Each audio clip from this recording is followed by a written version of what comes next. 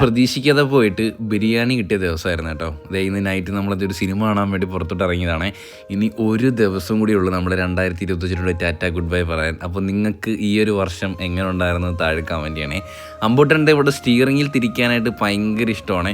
നല്ല ഫുൾ ആരോഗ്യം എടുത്തിട്ടാണ് തിരിക്കുന്നത്, പക്ഷെ അത് തിരിക്കുകയും ചെയ്യും.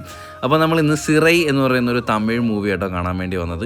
കുറേ മലയാളം മൂവീസ് ആയിട്ട് നമുക്ക് ക്രിസ്മസിന് ഇറങ്ങിയിട്ടുണ്ടെങ്കിലും ഇതിനധികം അങ്ങനെ ആളൊന്നും ഇല്ലായിരുന്നു.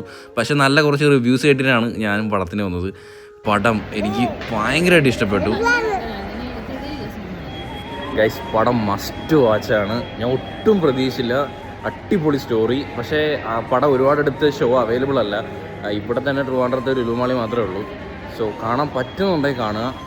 ഭയങ്കര കണക്റ്റായി കിട്ടിയ സിനിമ. ചില നേരം സിനിമ കാണാൻ നേരത്ത് അമ്പൂട്ടൻ അങ്ങോട്ട് തീരെ സഹകരിക്കത്തില്ല. ഇന്ന് അങ്ങനെ ഒരു ദിവസമായിരുന്നു.